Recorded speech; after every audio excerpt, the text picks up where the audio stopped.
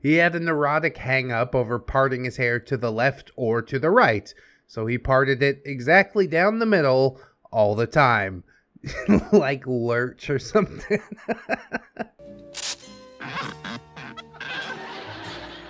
Hello friends and welcome back to ReddX, your source for the freshest daily cringe content anywhere on the internet. Promise, swearsies, it's just a fact and it's totally science. Go ahead and look it up.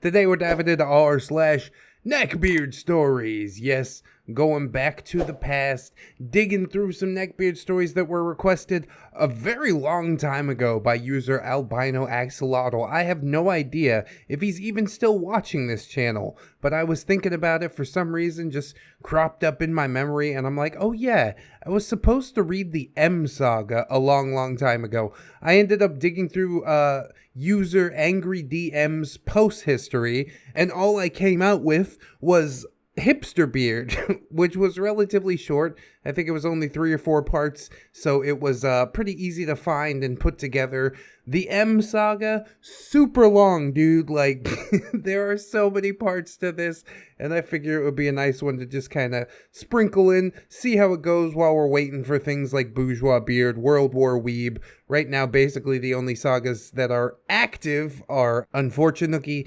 and Linkbeard, so I figured it might be nice to shove another one in here, see how it goes. It also has a tabletop RPG horror stories bent to it, so I know some of my viewers do like that as well. But overall, yeah, we just gonna see how it goes. You guys can let me know if you want me to continue. So let's get some plugs and disclaimers out of the way, and then we will dive right into some of this Neckbeard Stories cringe.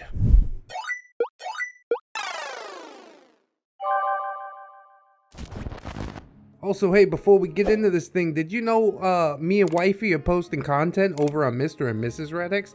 Oh, also, I also want to thank you guys for bumping the podcast. We broke 500 downloads in one day, which is just insane to me, so I really do appreciate that. In attempts to push that number even further, I have uploaded the Kirk McGurk saga in its entirety over on the podcast. You can see the saga on this channel, but right now the entire thing is waiting for you only on the podcast services. And we'll see how that goes. Anyways, plugs are really over now. Let's get into the story.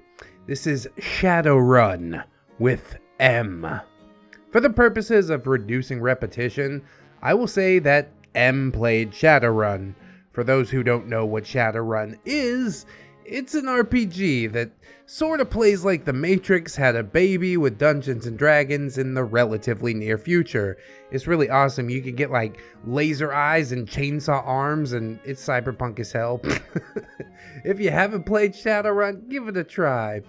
Amazingly, it predates The Matrix by a number of years, and of course M played Shadowrun much like he played D&D. He would basically try to have sex with everything that was female, complain if seduction rolls failed, and have tantrums when people actually hit him.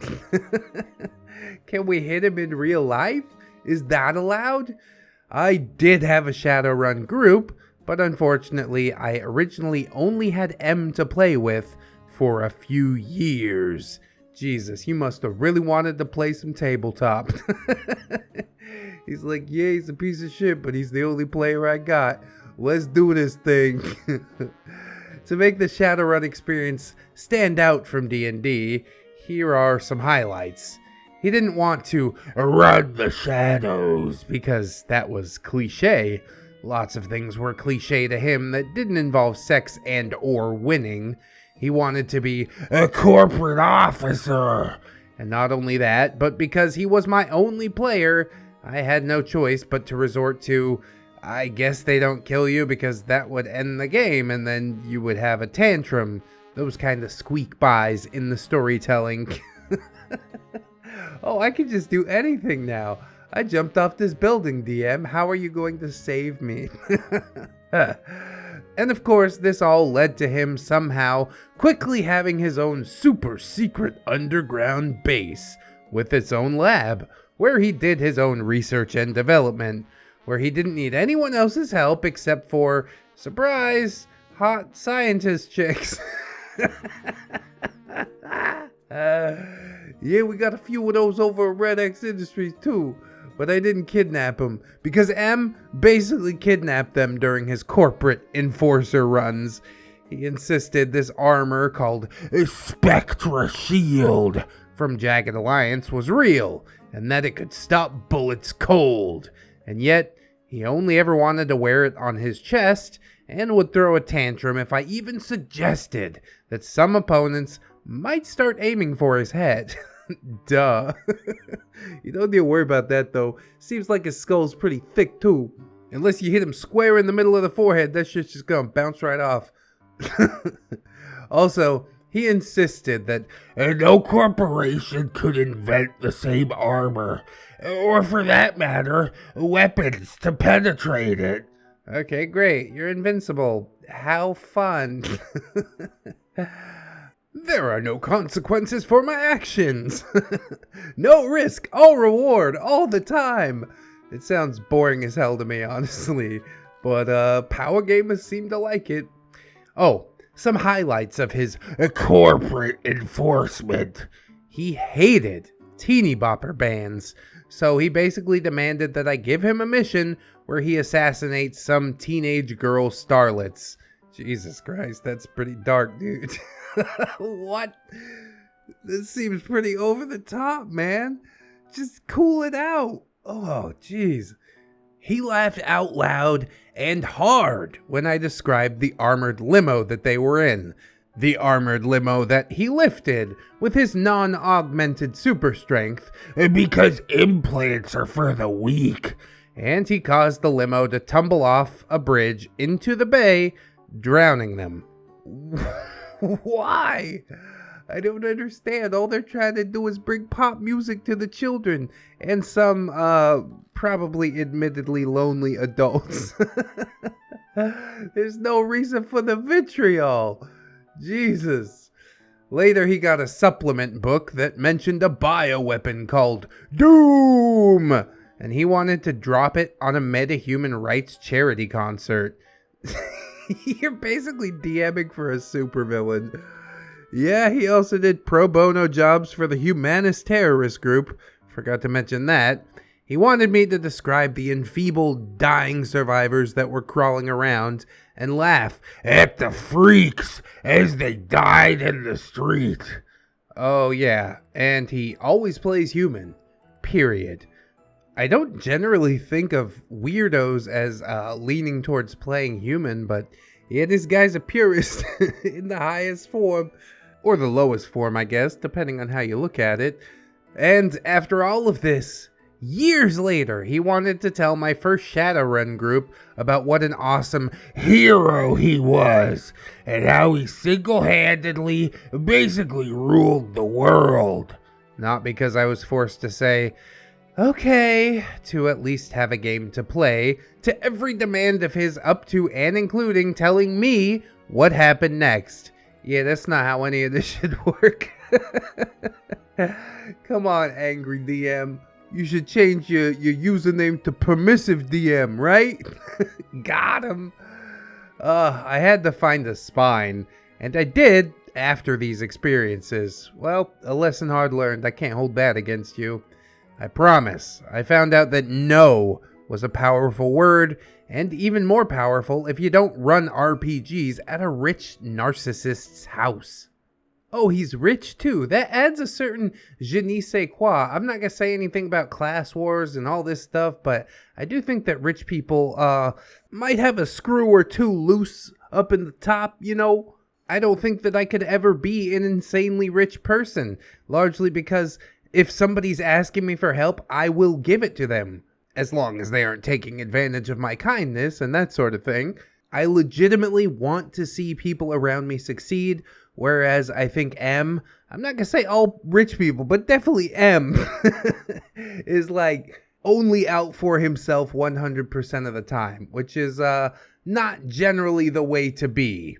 I do say often to look out for number one, but as long as you've got enough, go ahead, pass it on to the next guy. You know what I'm saying? There's no reason to sit there and hoard your money and laugh at the freaks who are dying in the streets, quite literally, IRL. So yes, M already despicable, even though we've only really got to know him through a tabletop game. Episode's still a little short, so we're going to jump into another one and see what more we might find.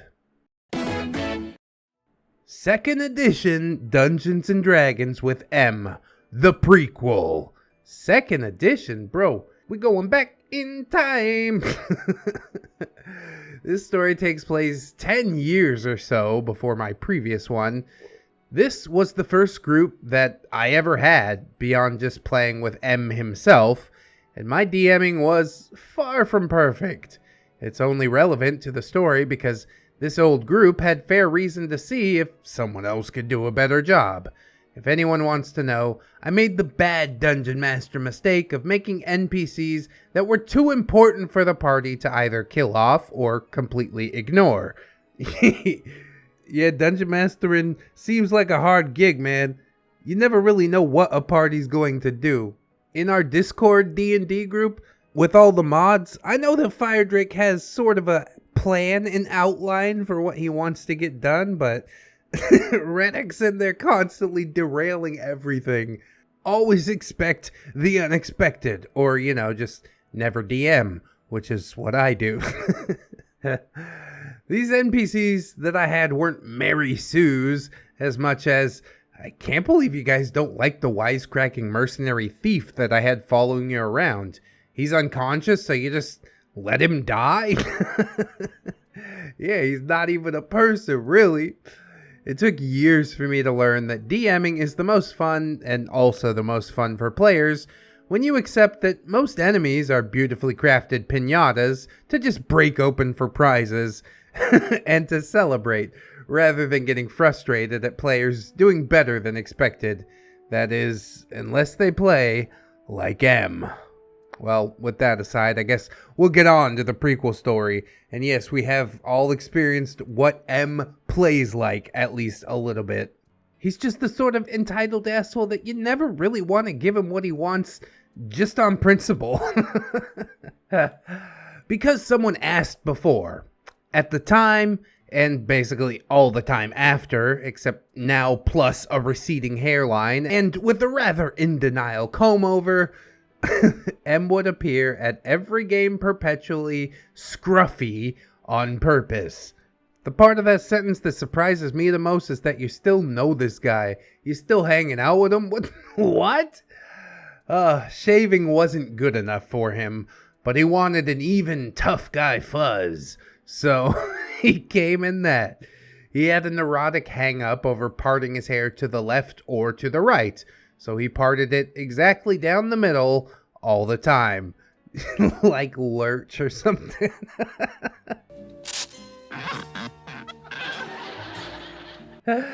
What the hell? He had weird commitment problems with making decisions like that, even in D&D. For instance, refusing to belong to any specific region or have any cultural identity. But unknown wanderer. But that's for another story. And he's awful at making characters.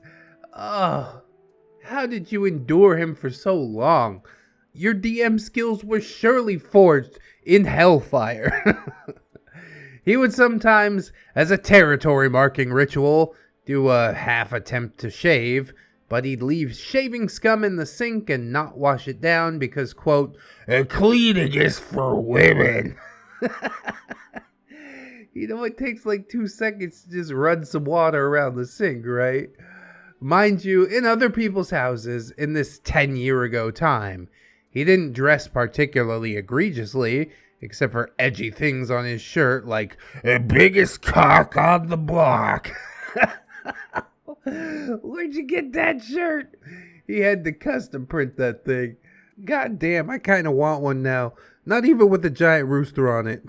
With the outline of a giant dong. Here it is, my shirt that I can never wear in public ever. I will admit, and I hope I don't regret admitting it later, that at the time of the story I was recently hospitalized for acute depression and I 5150'd. I had antidepressant medications which he found and showed off when I was out of the session room to get the group to laugh about how fucked up in the head I was. This group was mostly high school kids, including myself, so you might imagine that compassion wasn't people's strong suit. Yeah, especially 10 years ago. I think high schoolers today would be a lot more understanding about something like that. But anytime outside of the last decade, shit, yeah, you're gonna get ripped apart for no reason at all, basically. I was crushed, so I told the group that I was quitting, and I did. I left that night without playing.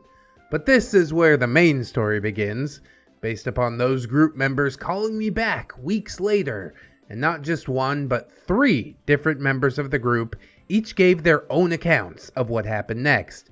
The parts that all lined up and sounded the most factual, I will now share with you. M immediately, as I left the room, declared, he was the new DM. Accounts varied, but since he still had the pills that I brought with me, he apparently made them into some edgy, hilarious prop at some point during the game. Bro, how long were you out of the room? What's going on here? I don't know if I'm just neurotic, but I cannot have people in my house without me knowing exactly what they're doing. So yeah, mind you, this is a person who used me as his ego feeder solo dungeon master for years before this point. Saying no to him created such a deep resentment for me that suddenly it was fair game to make a very unpleasant adolescence even worse to score points with the other teens in the room. How do you do, fellow kids? He said things would be different, that it would no longer be about my tyranny and my refusal to give people what they wanted. What people wanted was a highly debatable question, but it'll make sense in a paragraph or two. People don't know what they want. People like Coldplay and voting for the Nazis. You can't trust people. People like Coldplay and voted for the Nazis. You can't trust people, Jeremy. He started the adventure with a few one-hit die for non-players, very fragile NPCs. Some bandits that, according to him, just robbed a bank or something, so they were really loaded down with gold. They were killed easily, of course, and for a short while, the players reported to me admitting that there was a temporary rush as they could now afford everything that they could immediately ask for. Yeah, it's gonna get boring really quick though, I'm gonna tell you that. It's like turning on no clip in a game and just flying wherever you want, or being invincible, or I don't know, creative mode in Minecraft. My 10-year-old spent like maybe 3-4 hours in Minecraft one day on creative mode and completely lost interest because once she built the house, like what else was there to do for her? That was her whole goal in the game. I told her to go digging because that's what I like doing in Minecraft. Make a hole. But she's not as into that as I am.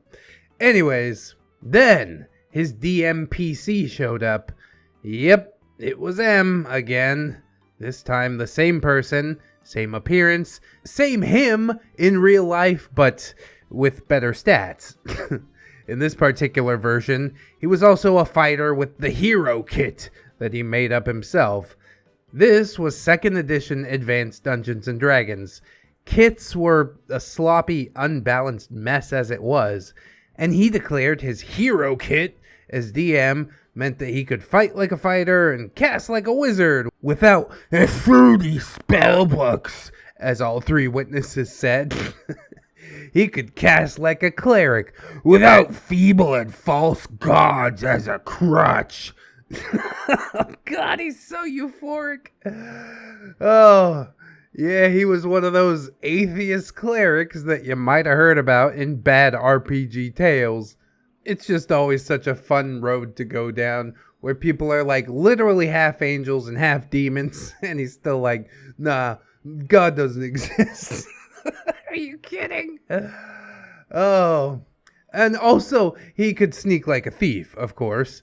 He didn't bother removing armor restrictions because he typically described himself as being basically naked except for boots and loincloth. Horrifying. At the time, yes, his armor class wasn't so good because of that. even with his maximum dexterity, but when I was DM, he would have tantrums until monsters missed almost every time, so it didn't really matter. Oh, he didn't know what a DMPC was, but he wanted to play/win and also say how he played/won. And so it is the beginning of the end. I would get out of this group as soon as possible. Wow, this is not going to be fun anymore. I'll see you later. You can see the train coming down the tracks, can't you? The people who played said that most fights were over before they started, because M would give a bellowing chuckle, and feeble, weak, imbecilic enemies would run for their lives. He didn't even bother giving himself fights, and even told the group, "It's a stupid cliche that the bad guys are always so powerful. Why can't we just laugh at them?" Because that's boring. That's even more stupid than the thing that you said was a stupid cliche. Oh, as the night progressed, he, in a huff, started making enemies that could hurt people, but not hurt him because, of course, they were still afraid of M. Jesus, where's OP during all this time? What is going on? Are you okay? I am growing legitimately concerned. M had puzzle encounters that he solved by basically ignoring the puzzle.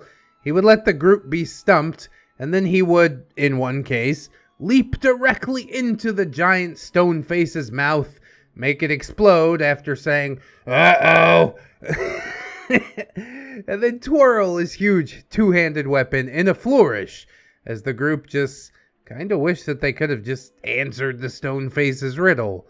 Yeah, isn't it more fun to brain it out instead of just, I don't know, dumbing it out, I guess you'd call it? The DMPC didn't need to seduce much. Most female NPCs were already his carelessly forgotten conquests from some point or another, which he would point out. But he boasted that none were jealous because they embraced their primal instincts and they weren't brainwashed by modern feminazi bullshit. Oh, M, what a relic. Seriously, though, we need you to go back to the 1950s. Not time travel or whatever, but just not be born. That would be a really big favor to everybody.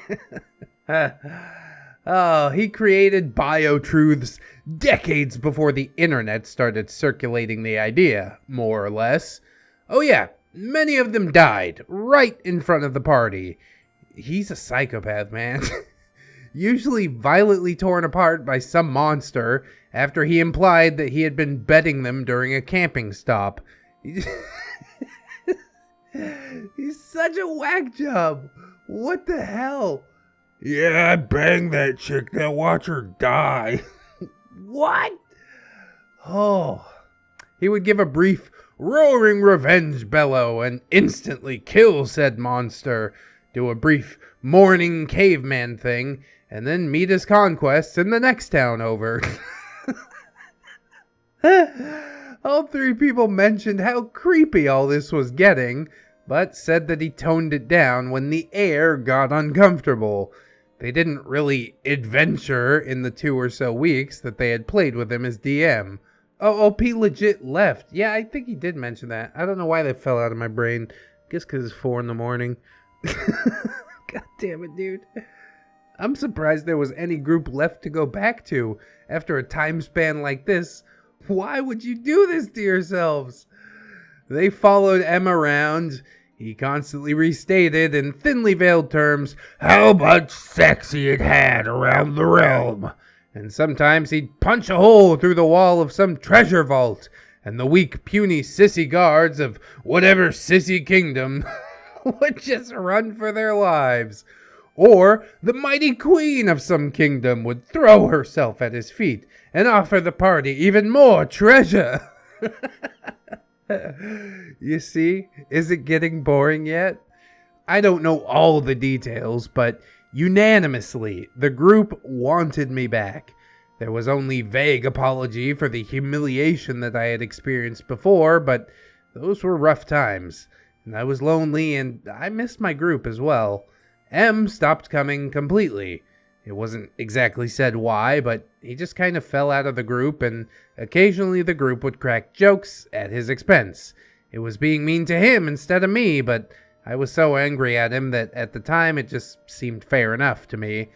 I felt guilty enough about ranting about his narcissistic and creepy antics with the group for months after he had left, that when the group finally dissolved, I decided that maybe it was time to extend an olive branch to M, which leads into the story that I wrote originally.